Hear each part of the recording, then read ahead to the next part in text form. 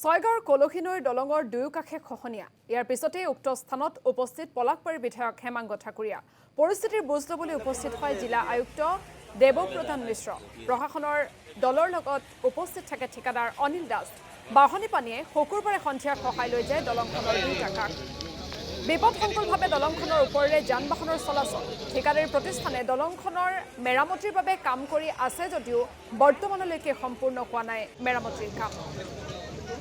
আমি পৰিৱেশ আপোনালোকক এই মুহূৰ্তত দেখুৱাইছোঁ ছয়গাঁৱৰ কলসিনৈৰ দলঙৰ দুয়োকাষে খহনীয়াৰ সৃষ্টি হৈছে আৰু তাৰ পাছতেই সেই স্থানত গৈ উপস্থিত হৈছে পলাশবাৰীৰ বিধায়ক হেমাংগ ঠাকুৰীয়া তেওঁ পৰিস্থিতিৰ বুজ লৈছে আৰু লগতে পৰিস্থিতিৰ বুজ ল'বলৈ সেই স্থানত উপস্থিত হয় জিলা আয়ুক্ত দেৱপ্ৰধান মিশ্ৰ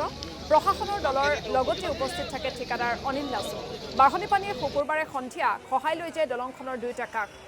অতি বিপদসংকুলভাৱে দলংখনৰ ওপৰেৰে ইফালে যান বাহনৰ চলাচলো অব্যাহত আছে এইফালে ঠিকাদাৰী প্ৰতিষ্ঠানে দলংখনৰ মেৰামতিৰ বাবে কাম কৰি আছে যদিও বৰ্তমানলৈকে সম্পূৰ্ণ হৈ উঠা নাই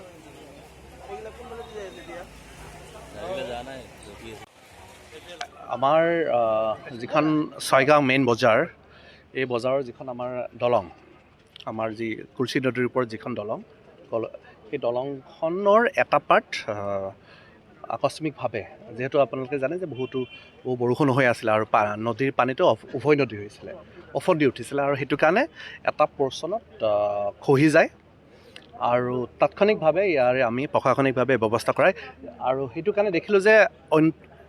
সেইটো ছাইডো দুইটা ছাইড খহাৰ সম্ভাৱনা আছে আৰু সেইটো কাৰণে দুইটা ছাইডে যিটো আমাৰ নেশ্যনেল হাইৱে ডিপাৰ্টমেণ্টো আহিছে তেওঁলোকক হেৰি কৰা হ'ল আৰু এতিয়া কাম দেখা গৈছে যে কামখিনি চলি আছে কিন্তু যেহেতু আমাৰ সকলোৱে জানে যে নেশ্যনেল হাইৱে 4 লেন বাইলেনৰ কাম চলি আছে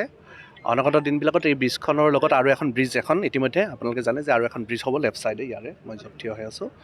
চ' আশা কৰিছোঁ যে এইটো এটা টেম্পৰাৰী আমাৰ সমস্যা